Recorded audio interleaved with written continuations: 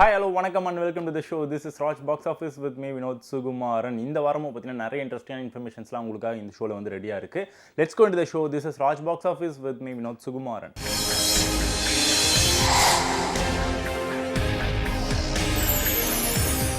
நம்ம ஷோவில் நம்ம பார்க்க போகிற first segment box office report. பாக்ஸ் ஆஃபீஸ் ரிப்போர்ட்டில் நம்ம ஃபர்ஸ்ட் இந்த படத்தோட ரிப்போர்ட் பார்க்க போகிறோம் அப்படின்னு பார்த்தீங்கன்னா பிளாக்மெயில். ஜிவி பிரகாஷ்குமாரோட நடிப்பில் இந்த படம் வந்து உருவாகி இருந்தது. ப்ரொமோஷன்லாம் பண்ண ஆரம்பிச்சாங்க.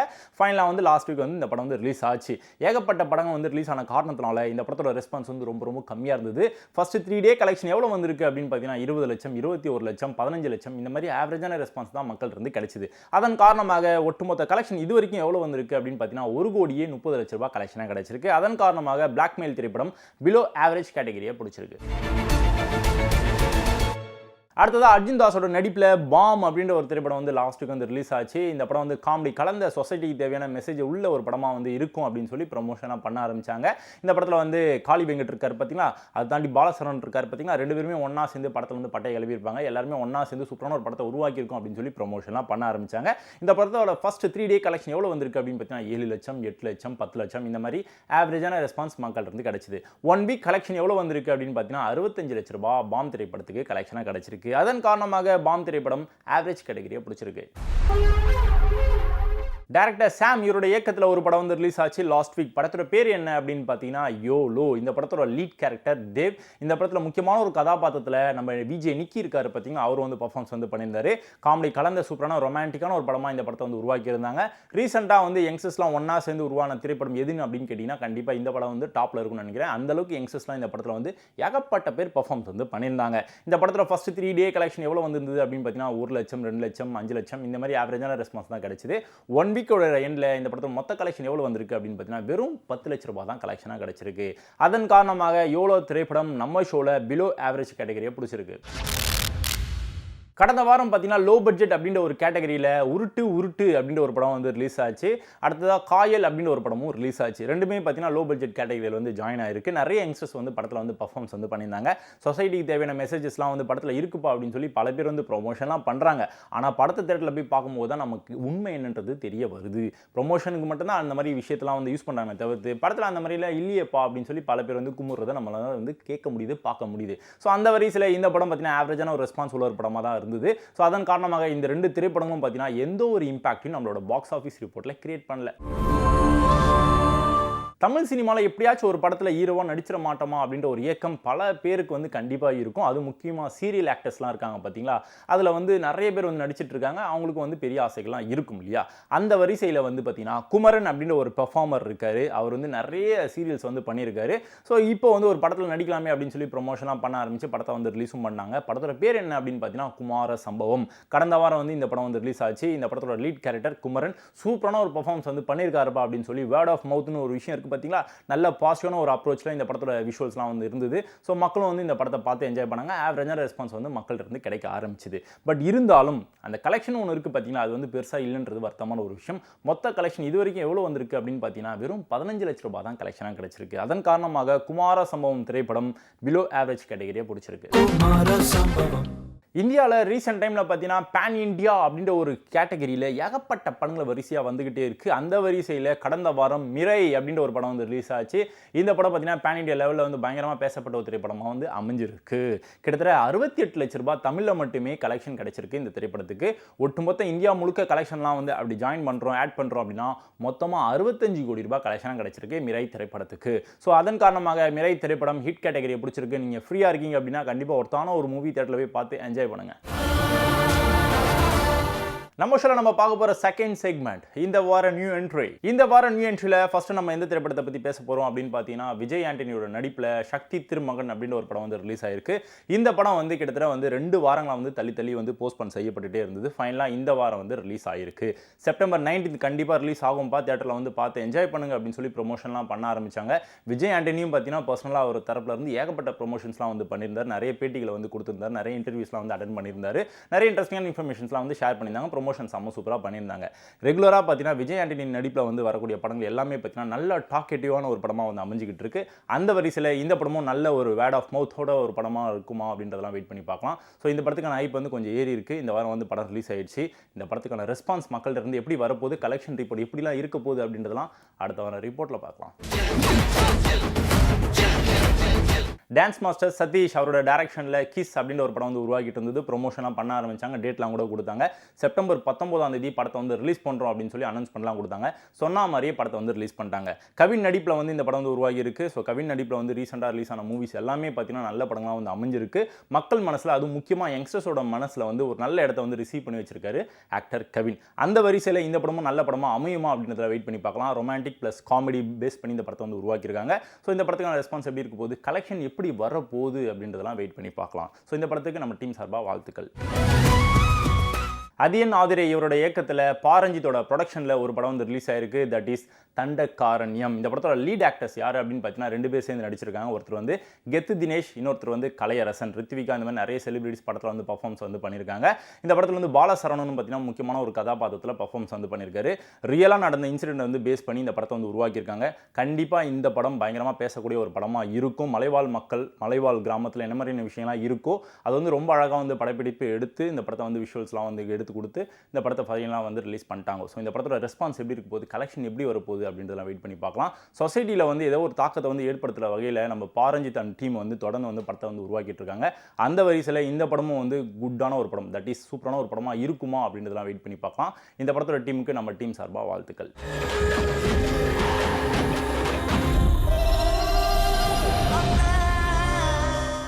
அடுத்ததான் மீடியம் பட்ஜெட் மூவியாக ஒரு படம் வந்து ரிலீஸ் ஆயிருக்கு. படத்தோட பேர் என்ன அப்படின்னு பார்த்தீங்கன்னா படையாண்ட மாவீரா. இந்த டேட்டில் வந்து படம் வந்து ரிலீஸ் ஆயிருக்கு.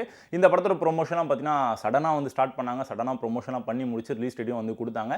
செப்டம்பர் 19 தேட்டரில் வந்து மீட் பண்ணுறோம் அப்படின்னு சொல்லி ப்ரொமோஷனாக பண்ணாங்க. சொன்ன மாதிரியே படத்தை வந்து ரிலீஸ் பண்ணிட்டாங்க. இந்த வாரம் நிறைய படங்கள் வந்து ரிலீஸ் ஆயிருக்கு. அது முக்கியமாக பெரிய பட்ஜெட் மூவிஸ்லாம் கொஞ்சம் வந்து ரிலீஸ் ஆயிருக்கு. கிஸ் நல்ல ஒரு டாக்கெட்டிவான ஒரு படமாக வந்து இருக்குன்னு சொல்லி எதிர்பார்க்கப்படுகிறது. நெக்ஸ்ட் வந்து நம்ம சமுத்திரக்கனியோட நடிப்பில் இந்த படம் வந்து உருவாக்கியிருக்கு. இந்த படத்தில் வந்து முக்கியமான ஒரு கதாபாத்திரத்தில் பர்ஃபார்மன்ஸ் வந்து பண்ணியிருக்காரு. அது வந்து ஒரு பெரிய ஐப் வந்து இந்த படத்துக்கு வந்து கொடுத்துருக்கு அப்படின்னா கண்டிப்பாக சந்தேகமே கிடையாது. இதை தாண்டி நிறைய படங்கள் வந்து ரிலீஸ் ஆயிருக்கு இல்லையா. கிஸை தாண்டி பார்த்தீங்கன்னா நம்ம விஜய் ஆண்டனி நடிப்பில் வந்து சக்தி திருமகன் அந்த படமும் ரிலீஸ் ஆயிருக்கு. அப்புறம் தண்டகாரண்யம் படமும் வந்து ரிலீஸ் ஆயிருக்கு.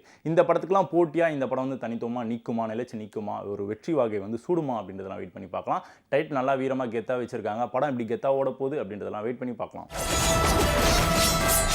பப்ளிக் ஒப்பீனியன் அப்படின்றது ஒரு படத்துக்குமே ரொம்ப முக்கியமான ஒரு விஷயமா இருக்குது. நிறைய பேர் பார்த்தீங்கன்னா இந்த பப்ளிக்கோட ரிவ்யூஸ் வந்து பார்த்ததுக்கு அப்புறம் தான் இந்த படத்தை போய் பார்க்கலாமா வேணாமா அப்படின்ற ஒரு டிசிஷனே வந்து எடுப்பாங்க. அப்படிப்பட்ட பப்ளிக் ரிவ்யூஸ் உங்களுக்காக வந்துட்டே இருக்குது, வாங்க பார்க்கலாம். சக்தி திருமகன் படம் ரொம்பவே நல்லாயிருக்கு. நிறைய சோஷியல் மெசேஜ், நிறைய பொலிட்டிக்கல் விஷயங்கள் நிறையா இருக்குது. ரொம்ப நல்லாயிருக்கு. ஃபர்ஸ்ட்லேருந்து லாஸ்ட் வரைக்கும் ரொம்ப கிரிப்பிங்காக இருந்துச்சு படம். டயலாக்ஸ் எல்லாம் தெறிக்க விடுற டயலாக்ஸு ரொம்பவே நல்லாயிருக்கு. எல்லாருக்கும் சிக்கல் வரும், எல்லாருக்கும் பிரச்சனைகள் வரும். அந்த நேரத்தில் நம்ம கேள்வி கேட்காம போகும்போது அந்த சிக்கல் நமக்கு பின்னாடி வருன்றதை இவங்க அறிவுறுத்துறாங்க. இந்த சமூகம் எதை கண்டும் கேள்வி கேட்கணுன்றதை மீண்டும் பெரியார் நமக்கு சொல்லிட்டு போயிருக்காரு. அதை மீண்டும் இந்த இடத்துல பதிவு பண்ணுறாங்க. இந்த கரண்ட் சுச்சுவேஷனில் நம்ம என்னென்னலாம் இப்போ நம்ம நாட்டில் ஃபேஸ் பண்ணிட்டு இருக்கோன்ற விஷயத்தை அவங்க அதில் சொல்கிறாங்க. இந்த படத்தில் ஆக்சுவலாக என்னோட பர்சனல் ஒப்பீனியன், அவர் பார்க்க ரொம்ப ரொம்ப ரொம்ப நல்ல பையனாக இருப்பார். ஆனால் ஆக்சுவலாக அவர் பண்ணுற வேலையில் பயங்கரமாக இருக்கும். எளிய மக்கள் முக்கியமாக பார்க்கணும், ஏமாற்றப்படுற மக்கள் பார்க்கணும். நிகழ் அரசியலை பற்றி நம்ம கேள்வி கேட்கணும். எல்லாரும் கேள்வி கேட்க யாரும் நம்பக்கூடாது. அதுதான் அந்த படத்தோட கருத்து. நம்ம ஒரு விஷயம் தட்டி கேட்கணும்னு நினைக்கிறோம், ஆனால் அதை நம்மளால் முடியல. படத்தில் பார்க்கும்போது அதை நம்ம மாதிரி ஃபீல் ஆகுது. நம்ம இந்த மாதிரி தட்டி கேட்க முடியுமா அப்படின்ற மாதிரி ஃபீல் ஆகுது. நம்ம ஷோல நம்ம பார்க்க போகிற third segment ready for the race. Ready for the ரேஸில் நம்ம ஃபர்ஸ்ட் எந்த படத்தை பற்றி பேச போகிறோம் அப்படின்னு பார்த்தீங்கன்னா உன்னி சிவலிங்கம் இவரோட இயக்கத்தில் ஒரு படம் வந்து உருவாகியிருக்கு. படத்தோட பேர் பல்டி. ஷேன் நிகம் இவர் தான் வந்து லீட் கேரக்டர் வந்து ப்ளே பண்ணியிருக்காரு. செல்வராகவன், அப்புறம் சாந்தனு பாக்யராஜ், இந்த மாதிரி நிறைய செலிபிரிட்டிஸ் வந்து படத்தில் வந்து பர்ஃபார்மன்ஸ் வந்து பண்ணியிருக்காங்க. இந்த படத்துக்கான ரெஸ்பான்ஸ் எப்படி இருக்க போகுது அப்படின்றதெல்லாம் வெயிட் பண்ணி பார்க்கலாம். இந்த படம் மலையாளம் மற்றும் தமிழில் வந்து ரிலீஸ் ஆக போகுது. ரீசெண்டாக வந்து மலையாளத்துலேருந்து வரக்கூடிய படங்கள் எல்லாத்துக்குமே பார்த்தீங்கன்னா நல்ல ரெஸ்பான்ஸ் வந்து மக்கள் இருந்து கிடைச்சிக்கிட்டு இருக்கு. முக்கியமாக தமிழ் ஆடியன்ஸ் பயங்கரமாக கொண்டாடிட்டு இருக்காங்க. அந்த கொண்டாட்டத்தில் இந்த படமும் ஜாயிண்ட் ஆகுமா ஆகாதா அப்படின்றதெல்லாம் வெயிட் பண்ணி பார்க்கலாம். இந்த படத்தோட டீமுக்கு நம்ம டீம் சார்பாக வாழ்த்துக்கள். செப்டம்பர் 25ஆம் தேதி அந்த 7 நாட்கள் அப்படின்ற ஒரு படம் வந்து ரிலீஸ்க்காக ரெடி ஆகிட்டு இருக்கு. ப்ரொமோஷனை வந்து பண்ண ஆரம்பிச்சிருக்காங்க. இந்த படத்தோட லீட் கேரக்டர் யார் அப்படின்னு பார்த்தீங்கன்னா வினித் தேஜா தான் வந்து லீட் கேரக்டர் வந்து ப்ளே பண்ணியிருக்காரு. ஸ்ரீஸ்வேதா வந்து ஃபீமேல் லீட் வந்து ப்ளே பண்ணியிருக்காங்க. பாக்கியராஜ் சார் முக்கியமான ஒரு கதாபாத்திரத்தில் பர்ஃபார்மன்ஸ் வந்து பண்ணியிருக்காரு. இந்த படத்தோட இயக்குனர் யார் அப்படின்னு பார்த்தீங்கன்னா எம் சுந்தர். டிஃப்ரெண்டான ஒரு கதைக்களத்தோட இந்த படத்தோட டீம் வந்து நம்மளை மீட் பண்ணுறதுக்காக வராங்க. ஸோ டேட்டை வந்து லாக் பண்ணிட்டாங்க. September 25th is on the way. That is அந்த 7 நாட்கள். ரெடி ஃபார் த ரேஸில் அடுத்ததான் நம்ம எந்த படத்தை பற்றி பேச போகிறோம் அப்படின்னு பார்த்தீங்கன்னா கைலன் அப்படின்ற ஒரு படம் வந்து ரிலீஸ் ஆக போகுது. அருள் அஜித்தோட இயக்கத்தில் இந்த படம் வந்து உருவாகி முடிஞ்சிருக்கு. ப்ரொமோஷன்லாம் பண்ண ஆரம்பிச்சிருக்காங்க. இந்த படத்தோட ரிலீஸ் டேட் என்னைக்கு அப்படின்னு பார்த்தீங்கன்னா செப்டம்பர் 26th அப்படின்னு சொல்லி டேட்டை லாக் பண்ணி வச்சிருக்காங்க. செப்டம்பர் 25 பார்த்தீங்கன்னா ஒரு சில படம்லாம் ரிலீஸ் ஆகுது. 26 கூட ஒரு சில படம்லாம் ரிலீஸ் ஆகுதுன்னு சொல்லி ப்ரொமோஷன்லாம் பண்ண ஆரம்பிச்சிருக்காங்க. மேபி பார்த்தீங்கன்னா எல்லாமே ஒன்றா சேர்ந்து ஒரே டேட்டில் கூட வரதுக்கான வாய்ப்புலாம் நிறையவே இருக்குது. பட் இருந்தாலும் நிறைய படங்கள் வந்து ரிலீஸ் டேட் வந்து கொடுத்துருக்காங்க. அதுக்கெல்லாம் போட்டியாக இந்த படமும் தைரியமாக களத்தில் இறங்குது. So Kylan is on the way on September 26th. Ready for the ரேஸில் அடுத்தது நம்ம எந்த படத்தை பற்றி பேச போகிறோம் அப்படின்னு பார்த்தீங்கன்னா கிஸ் மீ இடியட். இந்த படத்தை பற்றி தான் நம்ம வந்து பேச போகிறோம். இந்த படத்தோட lead character Sreeleela, the most wanted female actress in Indian cinema அப்படின்னா இவங்களோட பேர் தான் வந்து டாப்பில் இருக்குன்னு நினைக்கிறேன். அந்த அளவுக்கு இவங்களோட பேர் வந்து உச்சத்தில் போய் உட்கார்ந்துருக்கு. எஸ் அஃப்கோர்ஸ் ஃபேன்ஸ்லாம் வந்து பயங்கரமாக இவங்களுக்கு வந்து அடிமையாக இருக்காங்க. ஸோ ஃபேன்ஸ் வந்து அப்படிப்பட்ட ஒரு அடிமையாக இருக்காங்க அப்படின்னா அப்படி எப்படிப்பட்ட பர்ஃபார்மன்ஸ்லாம் இவங்க கொடுக்குறாங்கன்றதை கொஞ்சம் யோசிச்சு பாருங்கள். ஒரு சாங் வந்து குத்தாட்ட போடணும் அப்படின்னா இவங்களை புக் பண்ணிட்டாங்கன்னா கண்டிப்பாக அந்த படம் வந்து இட்டுப்பா அப்படின்னு சொல்லி பல பேர் வந்து நம்பிக்கிட்டு இருக்காங்க. ஸோ அந்த வரிசையில் பார்த்தீங்கன்னா இந்த படம் வந்து ரிலீஸ் ஆகிருக்கு. ஸோ முழு நீள கதாபாத்திரத்தில் வந்து பர்ஃபார்மன்ஸ் வந்து பண்ணியிருக்காங்க. ஸ்ரீலீலாவோட பர்ஃபார்மன்ஸ் எப்படி இருக்க போகுது அப்படின்றதுலாம் தேட்டரில் போய் பார்த்து என்ஜாய் பண்ணலாம். இந்த படத்தோட ரிலீஸ் டேட் என்னைக்கு அப்படின்னு பார்த்தீங்கன்னா செப்டம்பர் 26th. நம்ம ஷோவில் நம்ம பார்க்க போகிற 4th segment the most awaited films. The most awaited செக்மெண்ட்டில் நம்ம ஃபஸ்ட்டு எந்த படத்தோட இன்ஃபர்மேஷன் பார்க்க போகிறோம் அப்படின்னு பார்த்தீங்கன்னா ரெட்டத்தலை. இந்த படத்தோட இன்ஃபர்மேஷன் தான் நம்ம வந்து பார்க்க போகிறோம். இந்த படத்தோட லீட் கேரக்டர் அருண் விஜய். அருண் விஜய் நடிப்பில் வந்து ஏகப்பட்ட படங்கள் வந்து பெண்டிங்லேயே இருக்குன்னு சொல்லி நிறைய இன்ஃபர்மேஷன் நமக்கு வந்து தொடர்ந்து வந்துகிட்டே இருக்குது. எஸ் அஃப்கோர்ஸ் நிறைய படத்தோட இன்ஃபர்மேஷனை கண்டிப்பாக வந்து கேள்விப்பட்டிருப்பீங்க. பார்டர் அப்படின்ற ஒரு படம் வந்து எடுத்து முடிச்சிட்டாச்சு. ஆனால் ஒரு சில காரணங்களால் ரிலீஸ் டேட் வந்து தள்ளி போயிட்டே இருக்குது. இப்போ இந்த படத்தோட அதாவது ரெட்டத்தலை திரைப்படத்தோட இயக்குனர் யார் அப்படின்னு பார்த்தீங்கன்னா கிரிஷ் திருக்குமரன். சூப்பரான ஒரு டைரக்ஷன் வந்து பண்ணியிருக்காரு அப்படின்னு சொல்லி இன்ஃபர்மேஷன்லாம் கிடைச்சிருக்கு. ப்ரொமோஷனல் லைட்டாக வந்து பண்ண ஆரம்பிச்சிருக்காங்க. ரிலீஸ் டேட்டை மட்டும் கொடுத்துட்டாங்கன்னா நல்லா இருக்கும். மேபி அக்டோபர் எண்டில் வந்து படம் ரிலீஸ் ஆகிறதுக்கான வாய்ப்புகள் நிறைய இருக்குது அப்படின்னு சொல்லி லைட்டாக ஒரு ஹிண்ட் வந்து கொடுத்துருக்காங்க. அருண் விஜய் கரியரில் இன்னொரு ஹிட் வந்து லோடிங்கில் இருக்கா அப்படின்றத வெயிட் பண்ணி பார்க்கலாம். நம்ம எல்லாருக்குமே தெரிஞ்ச பரிச்சயமான ஒரு நடிகர் தான் ரவி மோகன். எஸ், இவரோட பேர் வந்து மாற்றிக்கிட்டாரு. That is Jayam Ravi. அந்த பேரை தான் மாற்றி ரவி மோகன் சொல்லி இப்போ ரீசெண்டாக வந்து ஃபிக்ஸ் பண்ணிக்கிறாரு. ஓகே, ரீசெண்டாக வந்து இவரோட ஸ்டுடியோ வந்து ஒன்று ஓப்பன் பண்ணப்பட்டது. உங்கள் எல்லாருக்குமே தெரிஞ்சிருக்கும். நிறைய செலிபிரிட்டிஸ் போய் கலந்துக்கிட்டாங்க.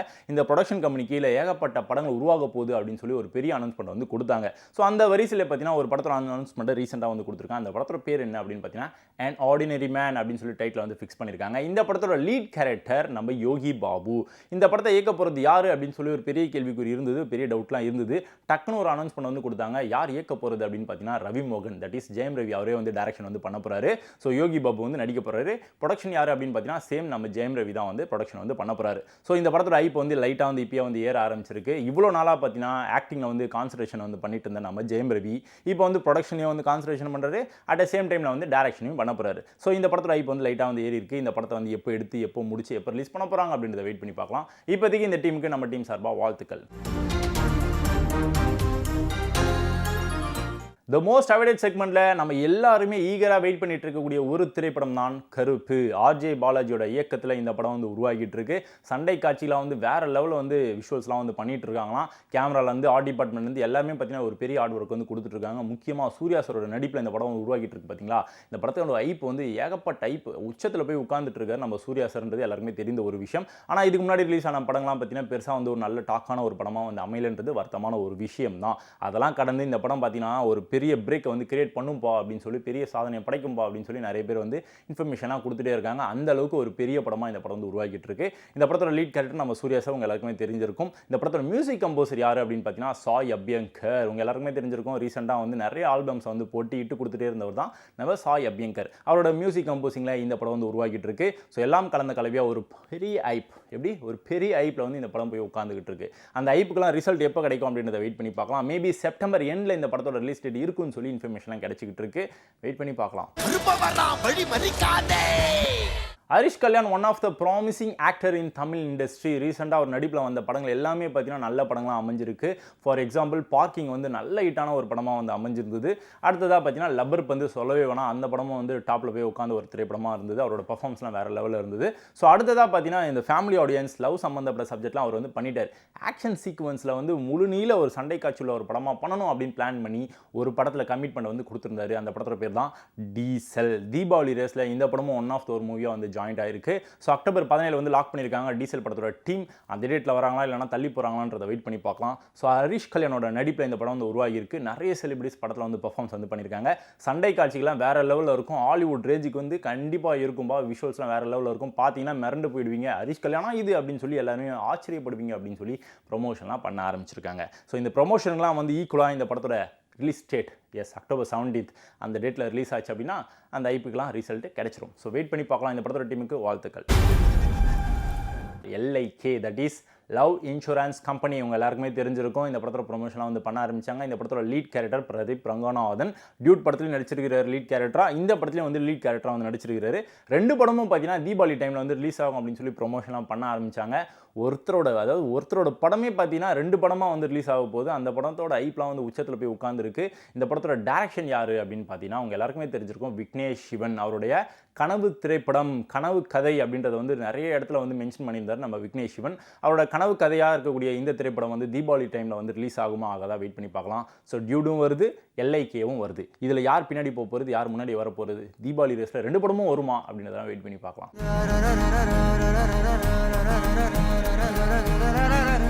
இருக்குங்க இந்த லவ் அட் ஃபர்ஸ்ட் சைட்ன்றது இன்னும் இருக்குங்க. அடுத்ததாக ராம் சக்ரியோட இயக்கத்தில் கார்மேனி செல்வம் அப்படின்ற ஒரு படம் வந்து உருவாகி முடிஞ்சிருக்கு. படத்தோட ரிலீஸ் டேட் வந்து அனௌன்ஸ்மெண்ட் வந்து கொடுத்துட்டாங்க. தீபாவளி ரேஸில் இந்த படமும் ஒன் ஆஃப் த ஒரு மூவியாக ரிலீஸ் ஆக போகுது அப்படின்னு சொல்லி ப்ரமோஷனாக பண்ண ஆரம்பிச்சிருக்காங்க. இந்த படத்தோட லீட் கேரக்டர் யார் அப்படின்னு பார்த்தீங்கன்னா சமுத்திரகனி. முக்கியமான ஒரு கதாபாத்திரத்தில் கௌதம் வாசுதேவ் மேனன் அவர் வந்து பர்ஃபார்மன்ஸ் வந்து பண்ணியிருக்காரு. இந்த படம் எப்படிப்பட்ட ஒரு டாக்கான ஒரு படமாக அமைய போகுது. ஃபர்ஸ்ட் இந்த தீபாவளி ரேஸ்னு ஒன்று இருக்குது பார்த்தீங்களா, அதில் இந்த படமும் வந்து கலந்துக்குமா ஃபைனலாக ரிலீஸ் ஆகுமா அப்படின்றதெல்லாம் வெயிட் பண்ணி பார்க்கலாம். என்ன நேர்களே, ஷோ பார்த்து என்ஜாய் பண்ணீங்களா? கண்டிப்பாக ரசிச்சிருப்பீங்க, என்ஜாய் பண்ணியிருப்பீங்கன்னு நினைக்கிறேன். அந்த நம்பிக்கையோட நான் இப்போ இங்கேருந்து கிளம்புறேன். இதே மாதிரி சூப்பரான ஒரு எபிசோடில் அடுத்த வாட்டி உங்களை வந்து சந்திக்கிறேன். அதுவரை this is Vinod Sukumaran signing off. Watch box office. Bye bye, see you, take care.